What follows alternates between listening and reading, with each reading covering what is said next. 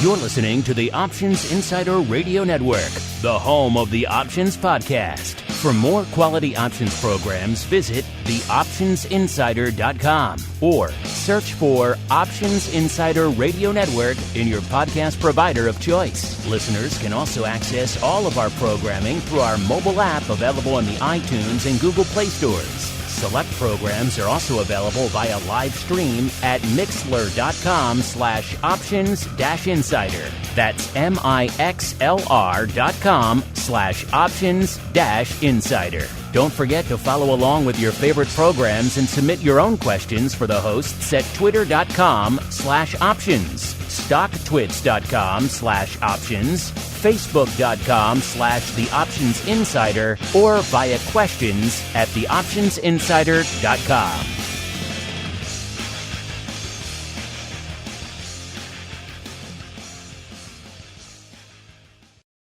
Gold, crude oil, corn, soybeans, and more. With so many tradable products, the futures options market can be an intimidating place. How can you possibly keep track of the latest trading developments across so many different products? Don't worry, we've got you covered. Welcome to This Week in Futures Options, the program designed to help active futures options traders stay on top of this ever-changing marketplace. Each week, we'll break down the top trades, hot products, volatility explosions, and much more. This Week in Futures Options streams live, so be sure to check out our live stream via the Mixlr app. That's MIXLR. Or join our live chat room at mixlr.com/options-insider. Whether you're an experienced veteran or a newcomer looking to separate the wheat from the lean hogs, This Week in Futures Options has the information you can't find anywhere else. This Week in Futures Options is brought to you by CME Group, the world's leading and most diverse futures and options exchange. For more information and educational resources about futures options at CME Group, visit cmegroup.com/options. This Week in Futures Options is also brought to you by FTSE Russell, a leading global provider of benchmarks, analytics, and data solutions. For more information, please visit ftserussell.com, cboe.com, and cmegroup.com. And now, get ready to break down the latest futures options trading activity. It's time for This Week in Futures Options.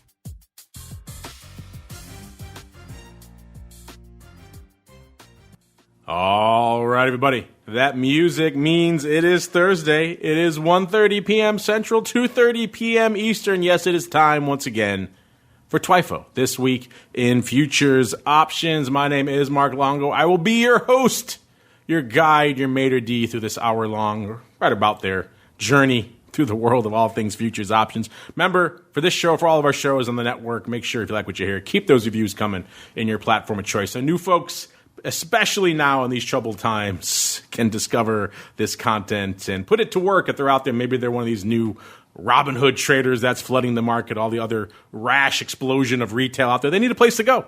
So leave those reviews so other folks can continue to discover the program. Of course, keep those questions coming, too. We do love to hear from you guys. And let's see who we're hearing from today. Once again, joining me, holding down the FTSE Russell hot seat today, our old friend, Mr. Sean Smith, the Managing Director of Derivatives Licensing over there at FTSE Russell. Mr. Smith, welcome back to TWIFO, sir. Thanks, Mark. It's great to be here. Looking forward to a great show. And also joining us for, it's got to be our new record here, at least in the near term here. He's just devouring the CME Group hot seat once again, Mr. Dan GRAMZA, the president of GRAMZA Capital Management. Dan, welcome back to TWIFO, sir. It has been too long. What's it been, a couple of weeks? That's right. It's been a couple of weeks, way too long, and I'm really excited about being here. Thank you for the invite. Someone behind the scenes must like you, Dan, because you keep getting rotated into that hot seat, sir. Clearly, you're doing something right, sir. Well done. Well, thank you. It's great to be with you and Sean. You know, I really am excited about having a chance to share some ideas today. Yeah, I hear you got some good ideas, so let's get to those. But before we do that, we have to kick it off the way we always do, with a little bit of the old movers and shakers.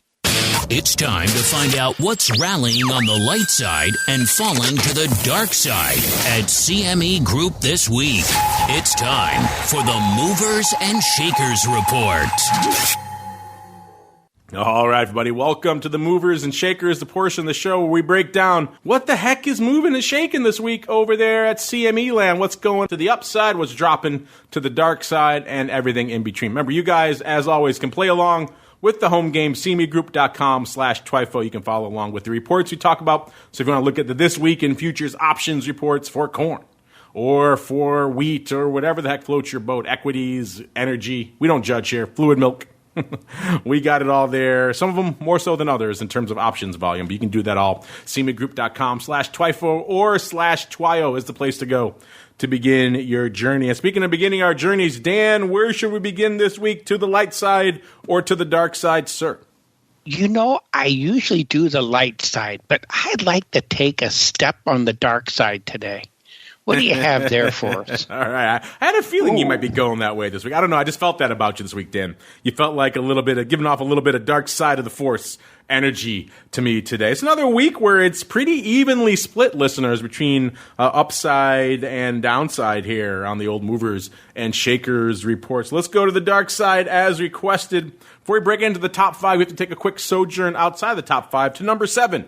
That's where we find the E-mini Russell 2000, a rare week where it isn't dominating the tape in one direction or the other, off not quite 2%, about 1.86%. In a quieter week, that probably would be enough to make it into the top 5, but not this week, because a lot of stuff moving and shaking to the upside and to the dark side. Number 5 to the dark side is heating oil, off about 2.5%.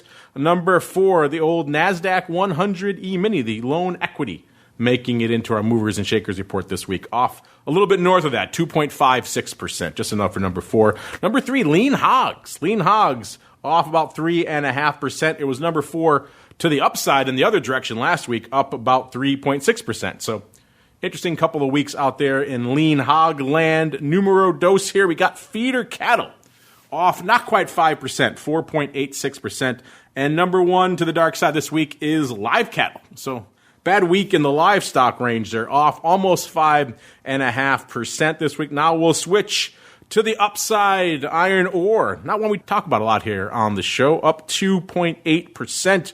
Number 4, corn, up almost 3.25%. It was number 5 to the light side last week, so a couple of good weeks for corn. It was up about 2.5% last week. Number 3, oats. Once again, back to the ags, up 3.4%.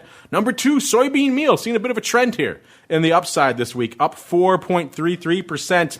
And number 1, you guys ask about this one every week, no matter if it's in the top 5 or bottom 5 or not. You want to know where it lines up. Well, it just so happens to be number 1 with a bullet this week. It is Bitcoin, up 11.5%. It was number 3 to the upside last week. We saw some interesting developments on that front. Bitcoin has been trending up of late. I do believe PayPal announcing this week they're going to start taking Bitcoin as well, so that giving it a nice little pop. Of course, you can check out all things Bitcoin and indeed crypto on our Crypto Rundown program every Monday out there. All right, we have a lot to break down here, a lot of products to get to, but before we get to those, I want to kick things off in equities land, because it is that time of the year. We are coming up against it here in terms of the election. A lot of interesting things looming on the horizon. I know Dan has a lot in his back pocket he wants to share, but all things equity and volatility, particularly around the election too. So without further ado, let's get to it. A little bit of the old equities.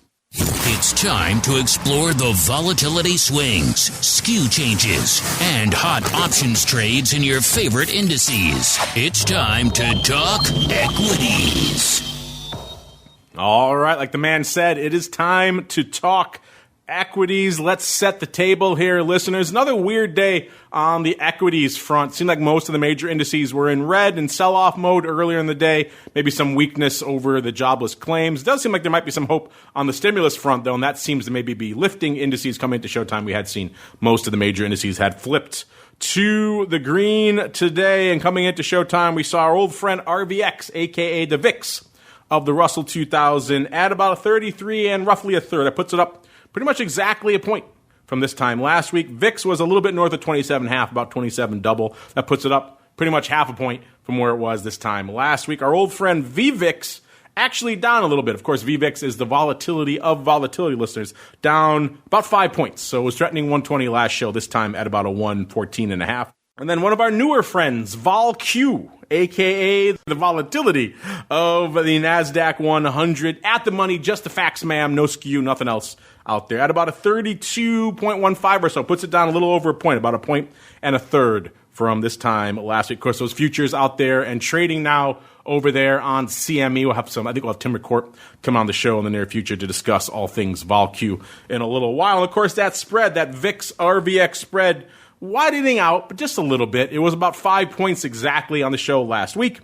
And coming into this show, it's not quite 6, about 5.8 points. So about not a little bit north of 3/4 of a point wider than it was this time last week. That's a lot of table setting. Dan, I know you have a fun trade you want to get to in a second, but first, Mr. Sean, sir, what is lighting up your tape this week in the world of equities and all things small cap, sir? Just it continues just to be one of those volatile weeks. It's going to continue. We've had a busy media buzz week. Dan and I have. We've been kind of all over the globe digitally. We were both on a panel together with a conference being hosted by Borsa Italiana, and talking about some new micro indices coming out of Europe, coming out of Borsa Italiana on the MiFID. I don't know. I'm sorry. On the Dan, do you want to talk about that?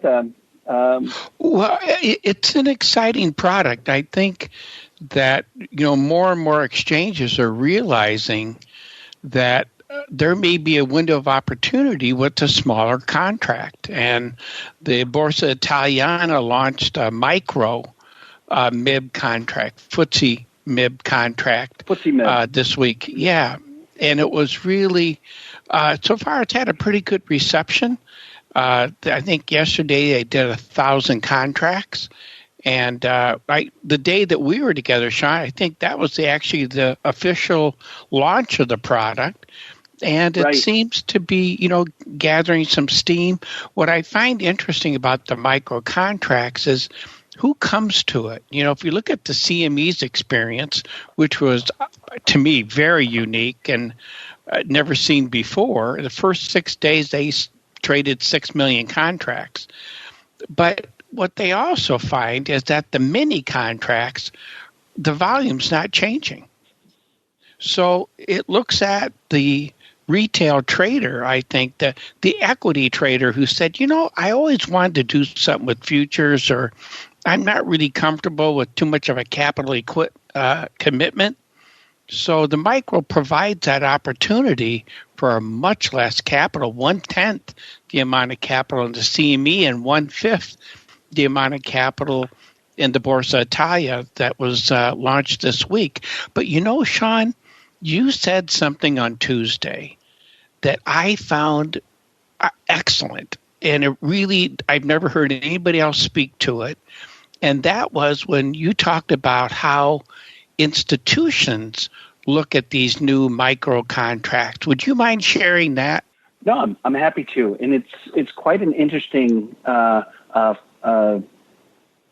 thing to note in regards to micro futures, and that is institutions that use futures to equitize into the marketplace, options traders that look to hedge their deltas, have now the ability with micros to take that hedge to down to the granular delta.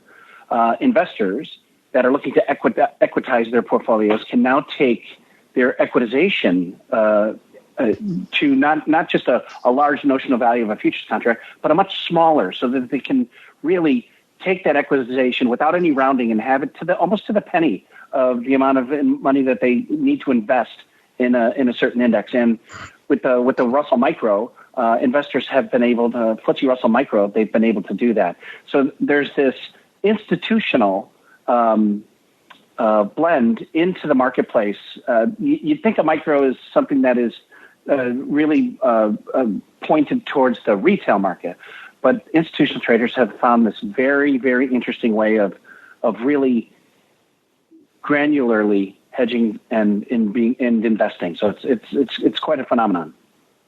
It sure is. It's something that people don't expect. Now, and what we do know, what institutions do when they want access or when they get capital infusion, they don't necessarily go to the stock market. I mean, if you and I were a pension fund and we got $300 million 15 minutes before the close, are we going to try to push that $300 million into the stock market, into our portfolio? Possibly not. It could be disruptive. You may not get filled on everything, but you can easily do it with futures. And when they want to adjust their position, they can sell off those futures and leave their portfolio alone.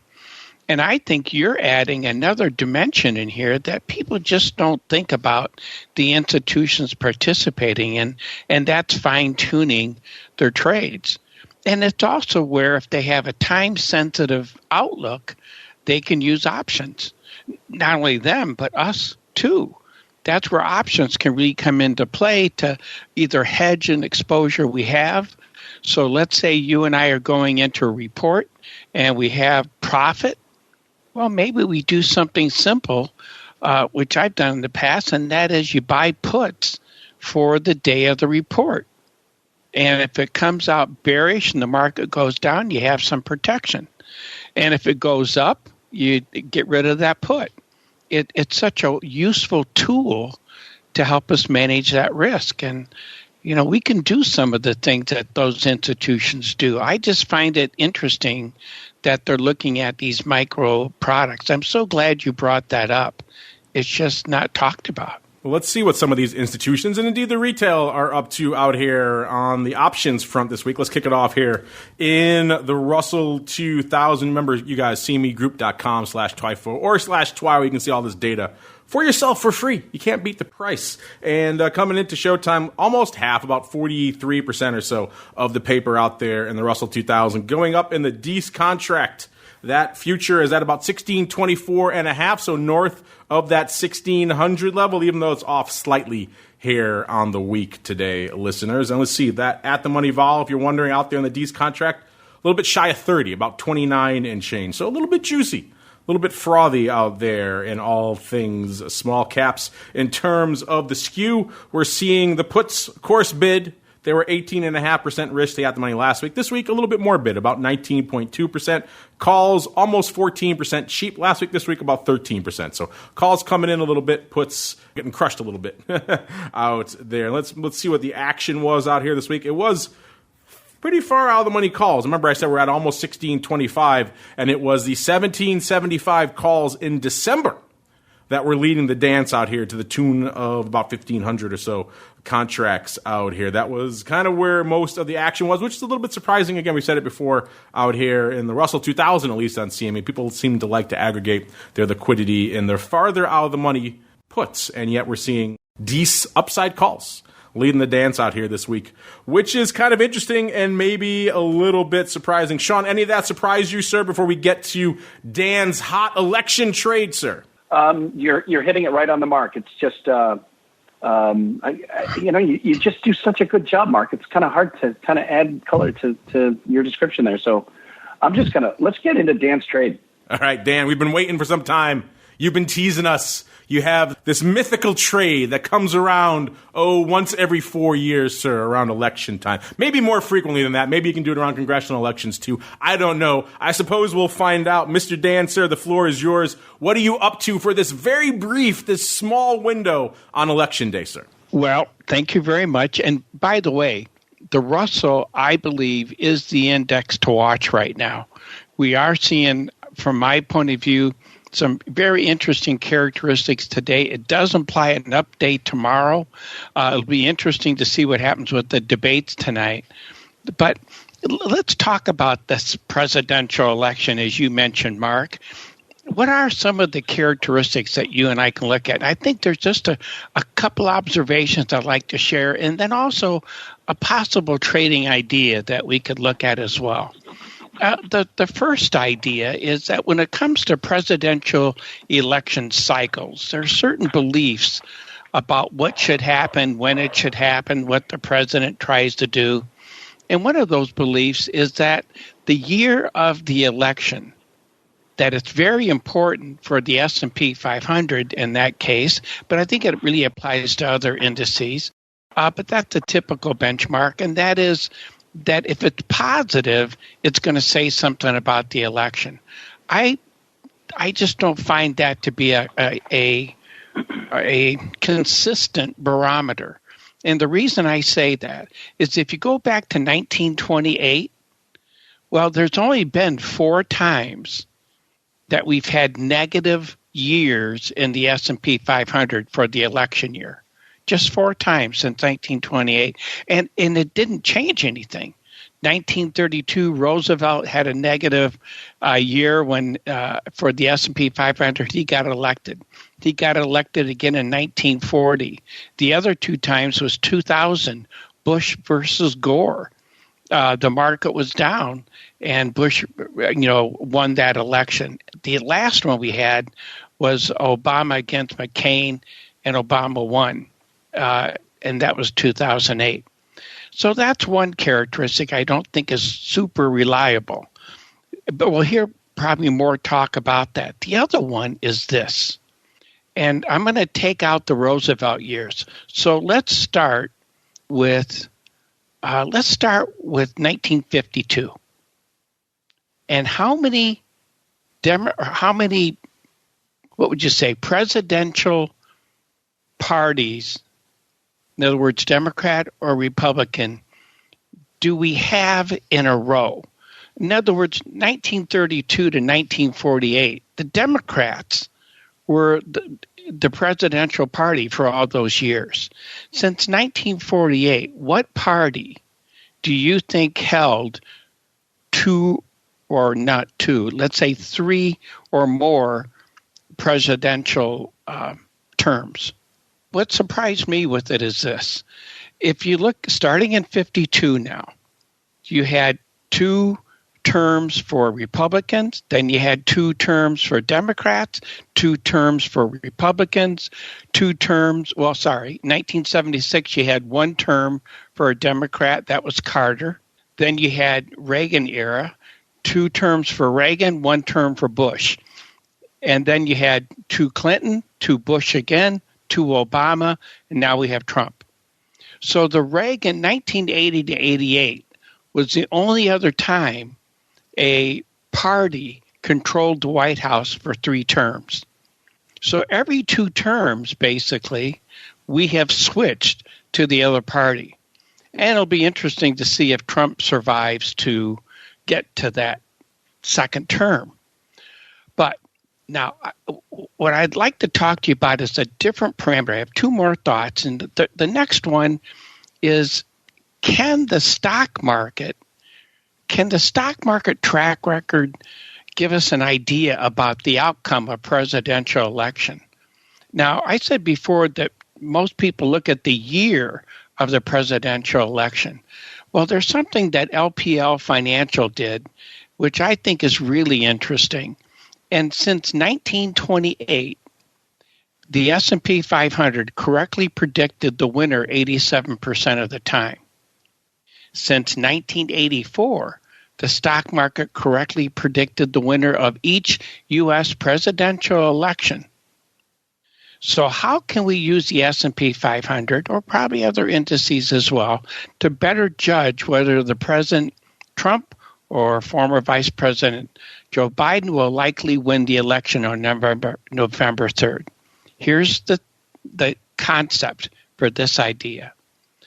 By following the price movements of the market in the 3 months leading up to the election. Now, not the year, but the 3 months.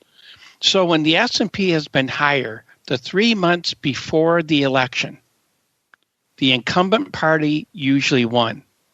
When the stocks were lower, the incumbent party usually lost. Now, this has been true except 3 times. 1956, when Dwight Eisenhower was reelected, even though the S&P fell by 3.2% the 3 months before the election. 1968, when the incumbent Democratic Party lost to Richard Nixon. despite the S&P rising 6% in the 3 months before the election. And then the last time that this didn't work was in 1980, when the incumbent Democratic Party lost to Ronald Reagan, even though the S&P went up 6.9%. But remember, that was when we had the Iran hostage situation. In '68, we had the Democratic Party convention in Chicago, which had some problems, and we had Vietnam War. But other than that, it's been accurate. So, as we finish this month out, pay some attention to the return on the S&P 500 for those 3 months leading up to the election. So that's something else just to take a peek at. There's another idea that I'd like to share, and this is one that I have been looking at since, I think, at least since 2000. And what I find interesting about it is that it works not only in our indices in our country, but I also did a study on the DAX in Europe, and that's a German index, and it worked there as well. But here's what you look at. So let's say it's now election day, and what I'm going to tell you has nothing to do with the outcome. So there's no correlation to this. It is just what I found as a characteristic. And the characteristic is this. The day of the election, you and I look at the Russell. The stock indices have a tendency when the U.S. market opens, our time zone, 8:30 Chicago time, it'll have a tendency to go up. Now, and then this trade will last about an hour, hour and a half. And it may not start up immediately. Some years it has. It just starts moving higher. And then we go sideways typically because nobody knows what's going on. And then we typically go down. This is what happened in 2016 when they said the exit polls that Clinton was going to win. And then around Asia time, we saw the market going up as they got election results. So typically, we don't see the reality of the election until Asia time zone, after the U.S. markets close, because they have to collect all the data. And that's one of the advantages of these markets that you and I are looking at, is that they allow us to see what happened in Asia, what happens in Europe, and what comes back to us. So whether we're looking at options or futures, it gives us that 23-hour window. Let's go back to the beginning. So if we were going to look at this, and I'm not suggesting that anyone does this, but a possibility would be to capture that up move in the stock indices. So if we're looking at the Russell, that means that in that first hour and a half, we should see the Russell getting stronger. And again, it has nothing to do with the outcome. And I don't know why it does this. And maybe it's just this simple. Maybe it's, we got an election in the United States. It's a presidential election. Our system is working. It's a good thing. Whatever the outcome, it's a good thing that we're having this presidential election. And maybe that's why we see this positive movement. So what we could now think about is, how do we take advantage of that? Well, any bullish strategy would allow you to do that. If I did a bullish vertical spread, if I did something as simple as buying a call, only on the call on a personal basis, I would want that delta near 100. I don't want something with a delta of 5 or something like that because it's cheap. I'm willing to pay for that. And the reason is, if this is going to work, I want it to work out of the get-go. I want to get paid for the trade. This is not an all-day trade. This is something, again, that lasts an hour, maybe hour and a half, depending how the market responds at that beginning. So those are just a couple thoughts about this presidential election. if you look at the year before the election, not necessarily a good barometer. If you look at the 3 months leading up to the election, that seems to have had a fairly good mark in terms of the outcome of the election. And then the third idea is to look at the very beginning of our election day to see if we do see that very consistent behavior, and that it's a movement up in about the first hour, hour and a half. So those were the ideas I wanted to share. I found them interesting for me, and I hope other people have a chance to take a look at some of those ideas. Thank you for that, Dan. A little bit of a historical perspective on looking at the election, maybe some potential positioning and or just ways to look at the election through an interesting frame of reference out there. Speaking of frame of reference, we like to do our movers and shakers, and it highlighted some ags this week. And I know you guys out there are always asking for more of pretty much every product. So whatever it is, metals, rates, ags, energy, you want more of it every week. But I know you definitely want some more ags. Let's get to that a little bit. Number 4 on our upside this week, corn was up 3.22% since our last show. So let's start there. Corn obviously does a wee bit of paper, and this week's doing a little bit more. It's over 500,000 contracts on the tape right now, doing about, looks like about 542,000. So pretty active week out here in the land of corn. That corn future, if you don't follow all things corn, is at about a 415.75 right now out there, listeners. And in terms of where the action was this week, not quite half, but pretty close to it. 42% of the action coming in that DEES contract, which has about 29 days to go. If you're wondering what the at-the-money vol out there in DEES is in corn, it's about a 26, which puts it up a little over a point from last year. That's pretty frothy. We were just talking about DEES vol in the Russell 2000, and those are small caps, which are by definition pretty volatile. That was about a 29, and the DEES vol in corn at about a 26. So corn's pretty frothy from a vol perspective out here. Let's see what's going on from a skew perspective out here this week in all things corn. And let's see, the puts last week were kind of unched to the at the money. They're about 1.5% cheap. Not a heck of a lot going on out there, but a little bit of a swing this week, coming in quite a bit, down to about 7.6% cheap. So coming in, a good 6 handles from this time last week. So someone out there obviously crushing the puts in the DEES corn. Also looking at the calls. Calls kind of unched. Not a lot of action in the calls. Calls are almost 5.5% rich last week. This week, about 5.1%. So not a big swing in the calls, but a pretty sizable swing in the puts. Let's see if the options activity, the hot trades out here this week, can shed a little bit more light on it. And yeah, number 1 with a bullet out here this week came on the put side. Probably helps that 400 strike, that even money strike, is now in the rearview mirror, at least to the dark side. That's, of course, a lot of people like to make their trades, and that was the case this week as well on both sides of the ledger. The 400 calls and puts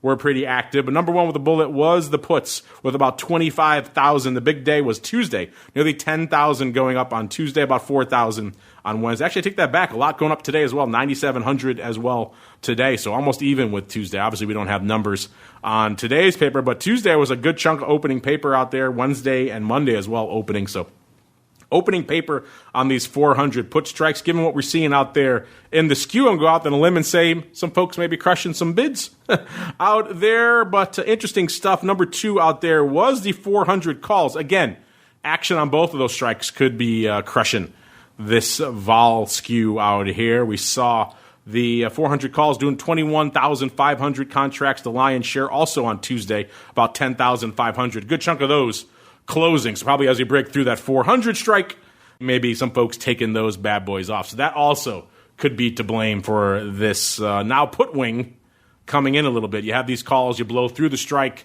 and now they're pretty meaty in the money calls. You take them off.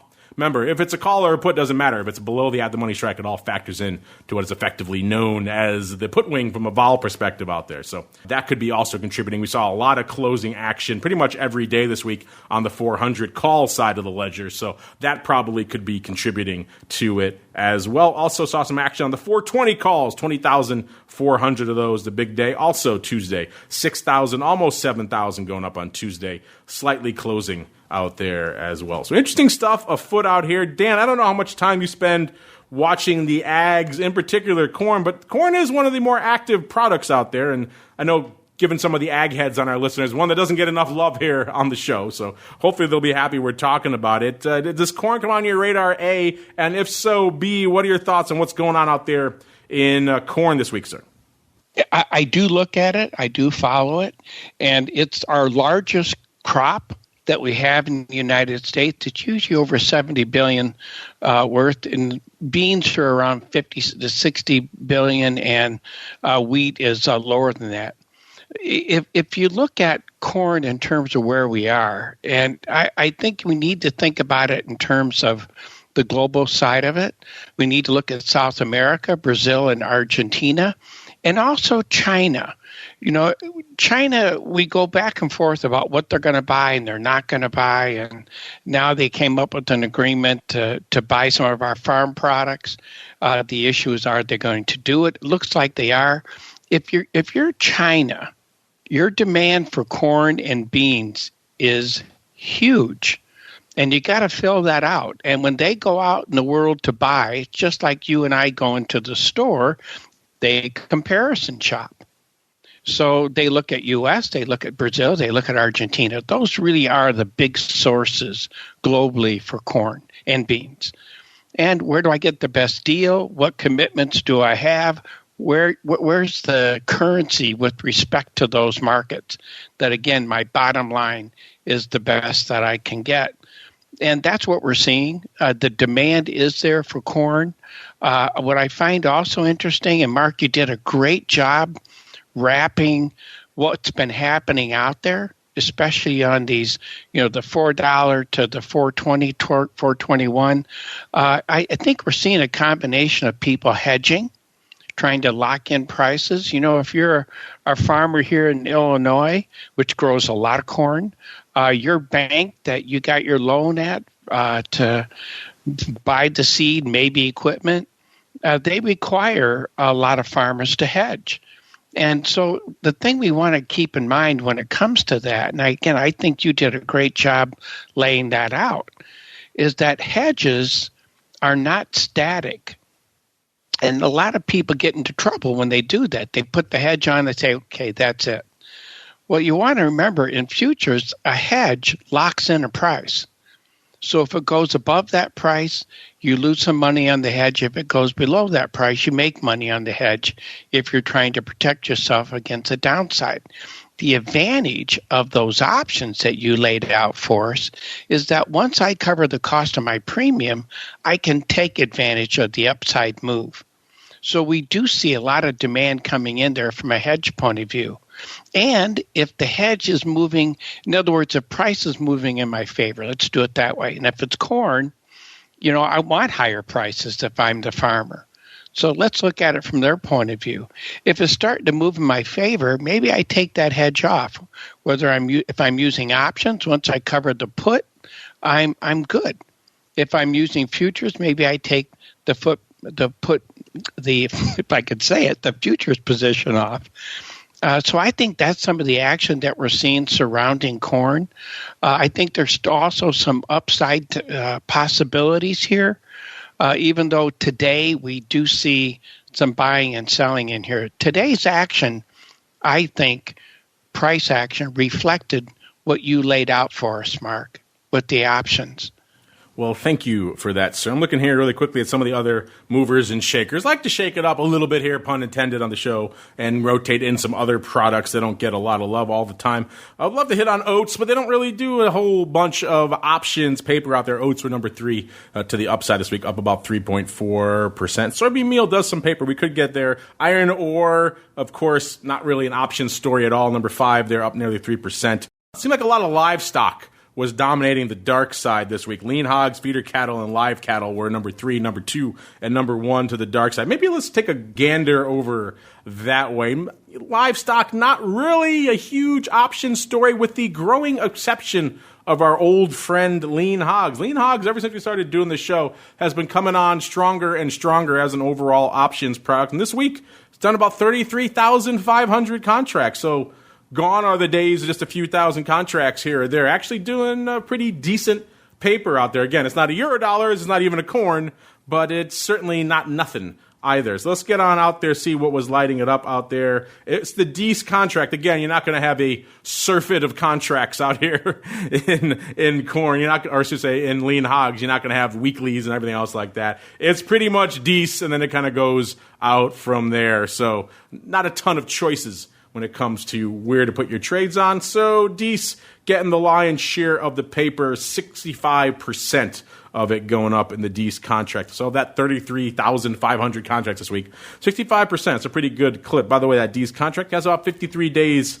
to go. And if you're wondering, if you don't follow lean hogs every day, that front future's at about a 66.2. It's actually, off pretty much a similar level since Monday as well. So about 5.2% or so. Let's see. At the money vol. If you're curious what the at the money vol is in lean hogs right now, if you guessed a 37.68, I would say A, that's a weirdly precise prediction, and B, you are exactly correct. Up about 2 1/3 handles from last week. So pretty volatile. I mean, we just talked about corn, almost at a 30, pretty close to it. We talked about small caps, DEES contract, pretty much at about a 30. And now we're seeing lean hogs north of that, 37 and change, almost 38. So more juice in lean hogs than in those other two contracts, which I guess given this action out here of late is perhaps not that surprising. Let's look at the skew out here. The skew in lean hogs swinging all over the place, which makes it kind of interesting. Last week, it was nearly 9% cheap. The puts were last week to the at the money. This week, swinging hard in the other direction, nearly 5% rich.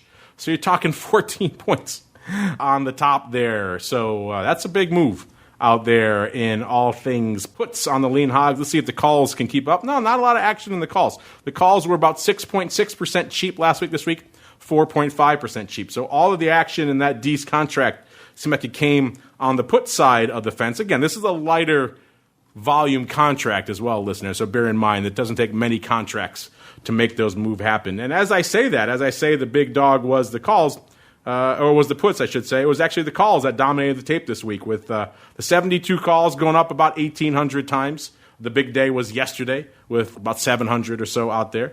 A lot of that closing. And the 75 calls with about 1,500. So upside calls and maybe verticals. The big day on the 75s was today with about 700 and change today. So maybe some verticals or maybe just some straight outrights on the 72 and 75 strikes. Both of those pretty sizable out of the money. They're both, I said we're at about a 66 and change coming into today's show. Our first put comes in at about number 4 on the top 5 here. Actually, I take it back. It's number 5.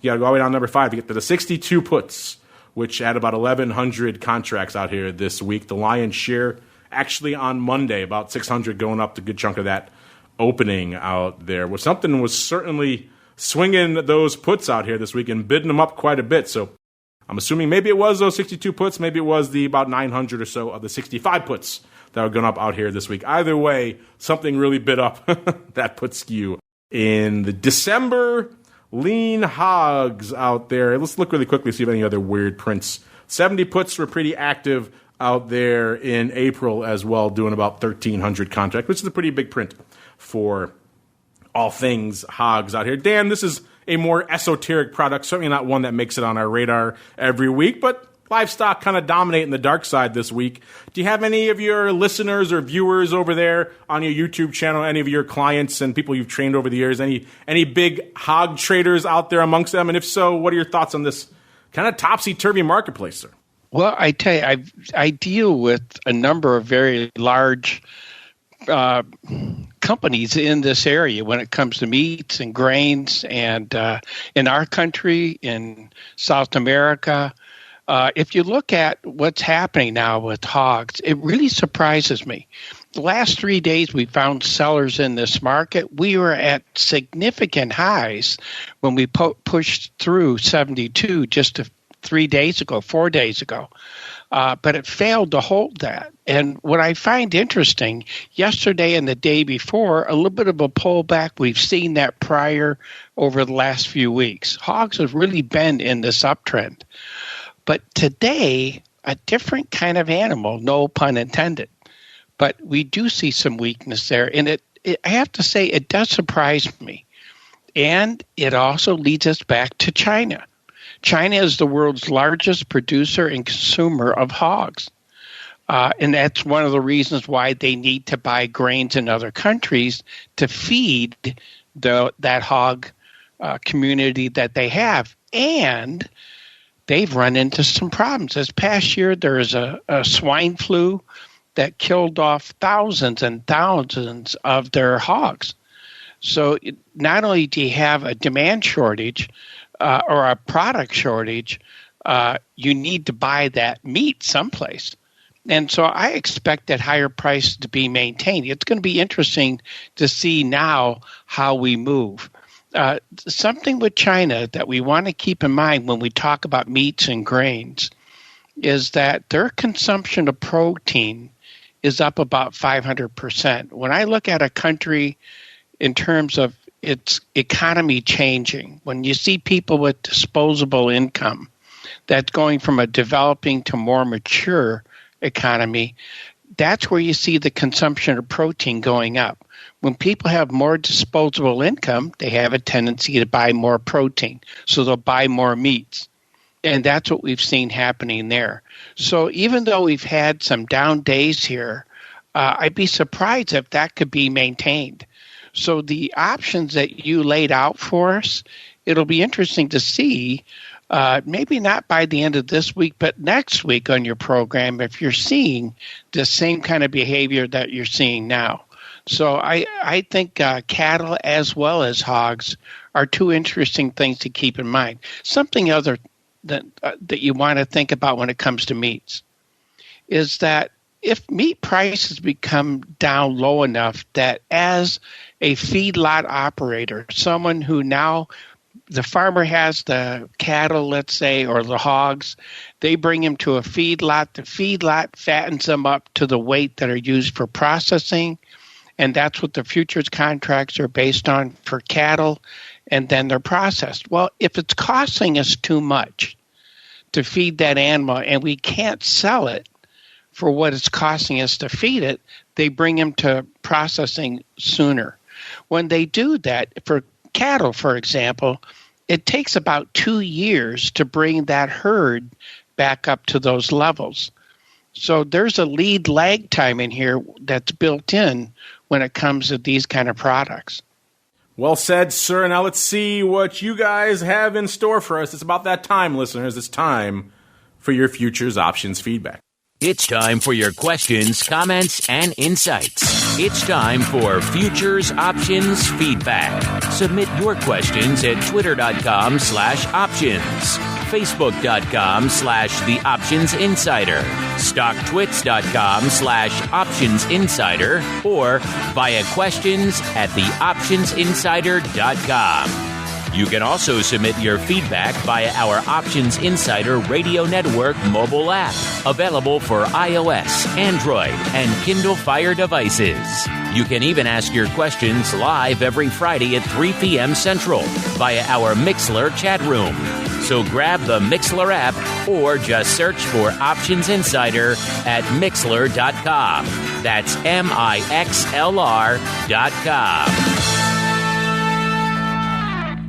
All right, everybody. Welcome to your feedback segment. Let's see what you guys have on the brain. First off, we got Mr. Scott Nations chiming in. He was on our Option Block show. I believe he'll probably be on the show down in the future. He's, of course, the creator of these VolQ futures that are now the latest addition to the equity volatility suite on CME by way of NASDAQ.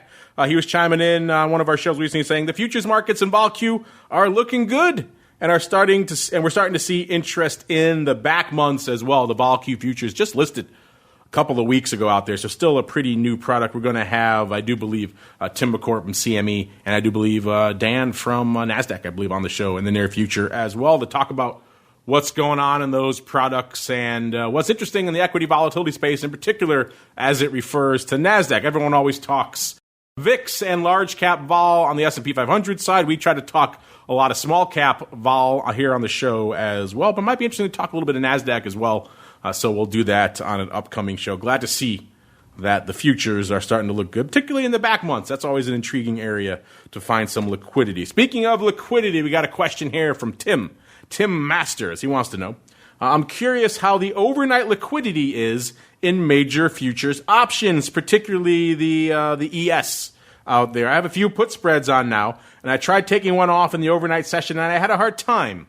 Is this common, or did I just hit a bad night? No, I wouldn't say it's uncommon, Tim. Again, I'm not going to accuse you of this, Tim, but whenever people write into us with their questions about, hey, I couldn't take X, Y, and Z spread off, you always have to give us a little bit more details there. Sometimes people have outlandish expectations of what they should get for a spread, and when they don't get it, they get a little bit up in arms out there. So sometimes you have to keep your expectations reasonable out there. That's always particularly important in some of the less liquid sessions, like the overnight session. You have to be a little bit more patient. You're going to have to expect a little bit wider, less liquid markets in general. And you're also going to have to expect probably have to wait a little bit more of a move to get someone to come in and hit whatever bid you're working or lift your offer. Now, there are some nuggets and pockets of liquidity you can probably lean on a little bit more. Those are, of course, the kind of the opening and closing periods for, let's say, the Asian markets or the European markets. Those should see some little bit more spikes of liquidity in those after hours. But in general, I think patience is probably a good virtue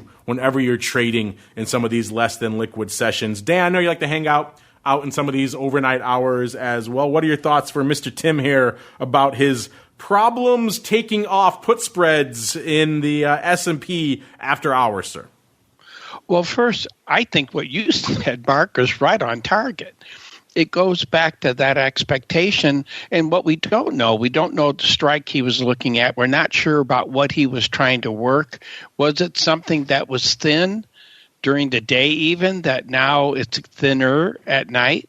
And if you and I want to trade a spread in options, or however we want to trade the options, that's something to take into consideration. What the beauty, as we all know, of options is that they're so flexible in terms of what we create. So something you might want to do is that as you're constructing your strategy, take a look at that overnight volume. Are you picking strikes and options that just are thin overnight? Or are you picking options that really have some liquidity so that if you do want to exit that position later in the day, or based upon here I am in Chicago, but if you're looking for the Asia session to get out, you might want to think about constructing your strategy around that time zone, as well as Europe, by the way, not just Asia, but Europe. So whatever you're looking at, do you have some volume so that you can exit when you're ready to do so? Yeah, for all we know, Tim here might be trying to take off, D's 2022, 20% out of the money put spreads or something like that. So we have no idea what you're trying to take off here, Tim. But in general, I think counseling a little bit of patience and maybe working things a little bit more aggressively in the after hours is probably a good thing. Sean, I know he's asking about S&P, but do you have any thoughts about after hours liquidity and maybe what you guys are seeing over there on the Russell 2000 side for our friend here, Mr. Masters? Have at it, sir. It's actually a really good question from Tim Masters, and I have to stand right behind both of you on your answers. Just both really informative and educational. You have to think about it from the origination perspective, right?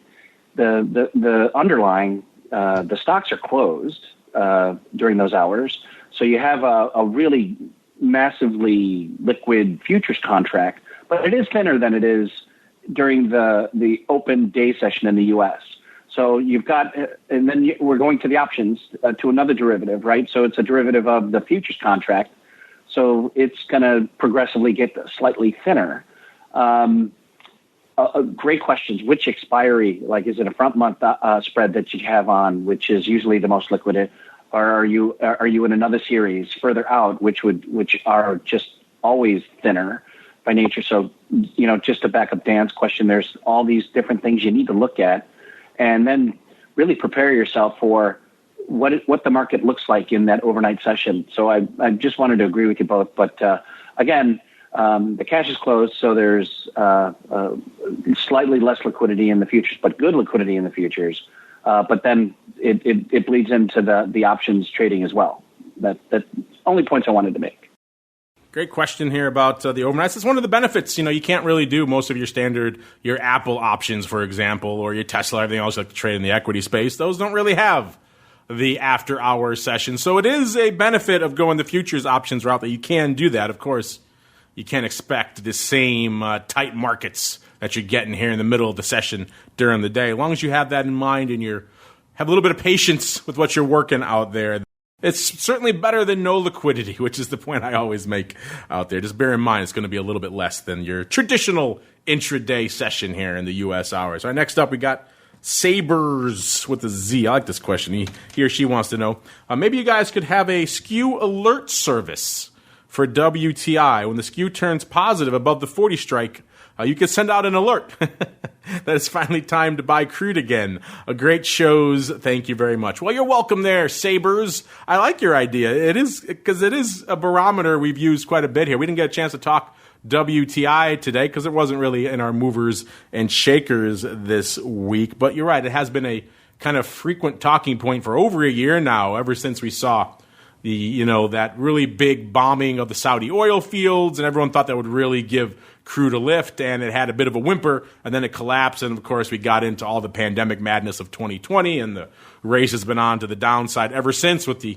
infamous foray into negative territory there earlier this year. And yeah, one of the common refrains has been, man, WTI can't really maintain a bid north of 40 for very long, and whenever it does so, the options tend to fade it pretty aggressively. So maybe there could be something to that. We'll have a skew alert. It'd be a pretty dormant, I think, alert service for the better part of the year until that finally happens. It's one alert, and then you put it on everyone. So maybe we'll do that, but it is kind of fun. We certainly keep an eye on it, and maybe we'll do something like that just for fun. Again, it'll be a one-off thing, and I can get a lot of alerts there. But when we start finally seeing people loading up on upside calls aggressively and a little bit longer term in WTI, maybe that'll be a sign that the worst of this madness of 2020, at least from an oil perspective, will be behind us. All right, we're coming up again, so let's go to this one here.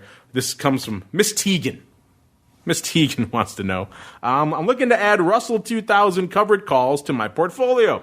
Am I better off trading them in the E-minis on CME or on IWM or on the RUT over there on SIBO? Are there any major differences other than size? Well, size is a key one, certainly, but Sean, these are all, or most of them at least I should say, are under your domain here. What do you have to say here for Miss Teagan, who's looking for the best place to do some covered calls on the Russell 2000, sir? Great question, Miss Teagan.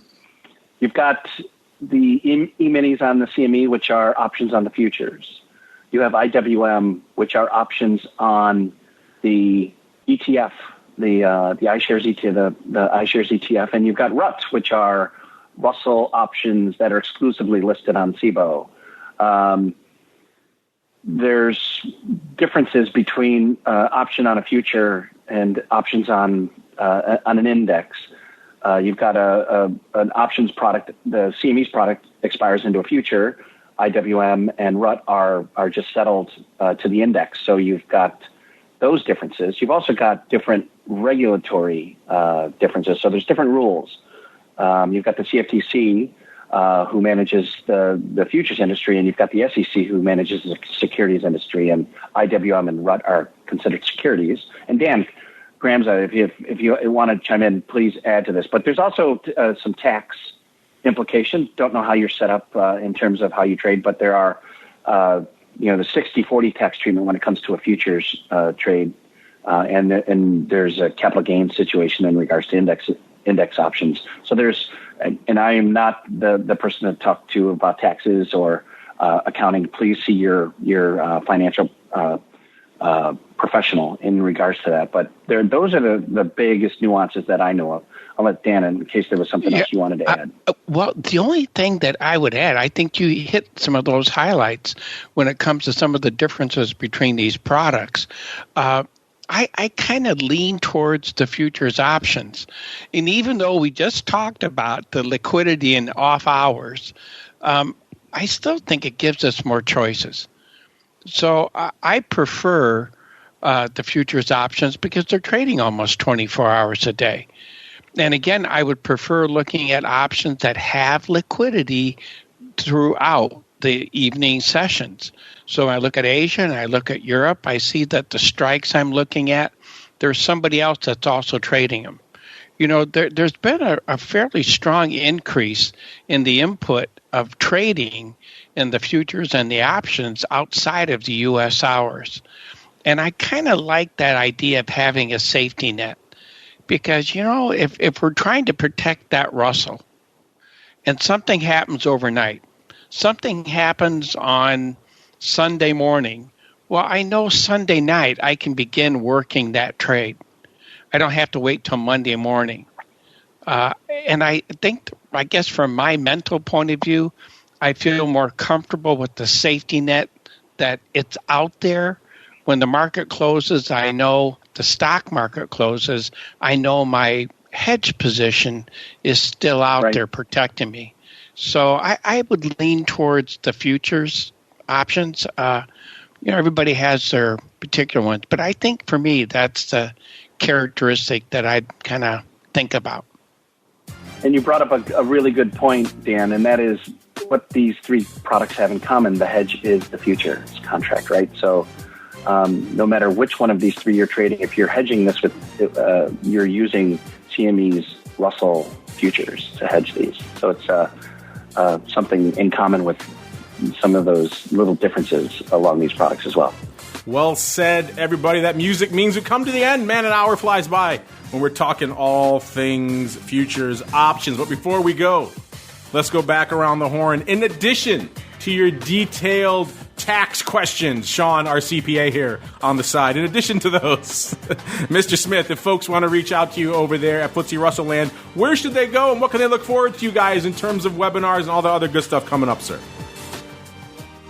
Please go to FTSERussell.com for all the information regarding webinars that we've recently had. Yesterday we had a webinar with our partners at SGX in the evolving the Asian derivatives landscape. It was a fantastic webinar with SGX, with Goldman Sachs, and a FTSE Russell representative, my partner in the derivatives business at FTSE Russell, Ricardo Manrique. They did a fantastic job. And just this morning, we had a webinar, What's Been Driving U.S. Market Outperformance? And I think you've been blasting these out, Mark, but they're now available on our website, and I can push the links to you guys so that you could take a look at those as well. And just to recap the new product coming out on Borsa Italiana, the FTSE MIB. I think I got tongue-tied trying to say that earlier in the show. And thank you for rescuing me, Dan. But the micro on the FTSE MIB is another interesting product coming out at Borsa Italiana, and it's something that I like to say is a global index. As so many of the products we talk about on the show are, the Russell suite of products, which are U.S. domestic, and the Russell one is a little more on a global perspective. But that FTSE MIB is absolutely a global product that folks should be taking a look at. So I can also get you the information in regards to that presentation that Dan and I did together earlier this week. But that's it. Smith at FTSERussell.com. I'm happy to answer questions. FTSERussell.com is the website where you can find all of this, and look forward to another great show. And Dan, great to be on the show with you today. Thanks, Sean. I feel the same way. Great being with you and Mark. It's really a great way that you guys frame all these different topics. I really enjoy that. And I hope this presidential election idea wasn't too much of a drama, but it may be something to take a peek at as we go forward. Also, if you wanted to look at something that I do, I guess when it comes to websites, would be just dangramza.com. And it's a free daily video. In fact, I finished it today for tomorrow. Done every day. When the markets are open, there will be a video. And it looks at 22 different markets. And it looks at stock indexes, currencies, interest rate, metals, energy, and agricultural markets. And if you've never traded futures, a place to begin is just watch them. And this goes through the analysis of what I look at. And there's red and green lines, which represent buy and sell levels from my point of view, not making recommendations for anyone. It's watching over 150 countries, so I'm not really sure what the qualifications are of everyone who's watching it. But it just gives you an idea of how someone's looking at these markets, of what clues are they looking for, how are they trying to manage these positions. And you can look at historical videos, I think, going back a few years. So you could say, all right, what did he say when this happened? And you could go back and look at that video. So it's another resource that you have to maybe take a peek at. There you go. Check it out. DanGramza.com. That's GRAMZA.com. Go over there. You can see Dan's smiling face, smiling back at you. By the way, I'm a little disconcerted. You guys are off there doing content by yourselves without me, but if you want to check those out over there during the week, all the webinars and everything else that Sean and Dan alluded to, you can check them out at FTSERussell.com as well. Of course, check out our friends over there to get the reports and the research and everything else. You know where to go. CMEgroup.com/TWIFO or /TWIO is the place to go for the reports. Of course, they have all that great research and education from Blue and the research team, the education team, everything else over there. You can spend hours over there, including links to a cool show called This Week in Futures Options. What more could you ask for from a derivatives-oriented outlet? And on behalf of Dan and Sean and our friends over there in CME land, and indeed myself, I want to thank all of you out there for downloading, streaming, subscribing, for sending in such great questions. Keep them coming, for listening live, of course. We'll see you back here tomorrow, noon Central, 1 p.m. Eastern, for a little bit of volatility viewing. Then it all kicks off again on Monday with the option block all the way through to Thursday. And another episode of This Week in Futures Options. This Week in Futures Options is brought to you by CME Group, the world's leading and most diverse futures and options exchange. CME Group's markets help individuals and businesses around the world manage risks and seize opportunities. CME Group offers the deepest and most liquid options on futures across all asset classes, including interest rates, equity indexes, foreign exchange, energy, agriculture, and metals. For more information and educational resources about futures options at CME Group, visit cmegroup.com/options. This Week in Futures Options is also brought to you by FTSE Russell, a leading global provider of benchmarks, analytics, and data solutions. Investors in the U.S. and around the world are using FTSE Russell indexes to benchmark their investment performance and create investment funds, ETFs, structured products, and index-based derivatives. Many Options Insider Radio Network listeners will be familiar with the Russell 2000 Index. Russell 2000 futures and options are currently trading on the Chicago Board Options Exchange and CME Group. For more information, please visit FTSERussell.com, CBOE.com, and CMEgroup.com. This broadcast is intended for informational and educational purposes only and does not constitute trading advice or the solicitation of purchases or sale of any futures or options. The rulebook of the applicable exchange should be consulted as the authoritative source on all current contract specifications.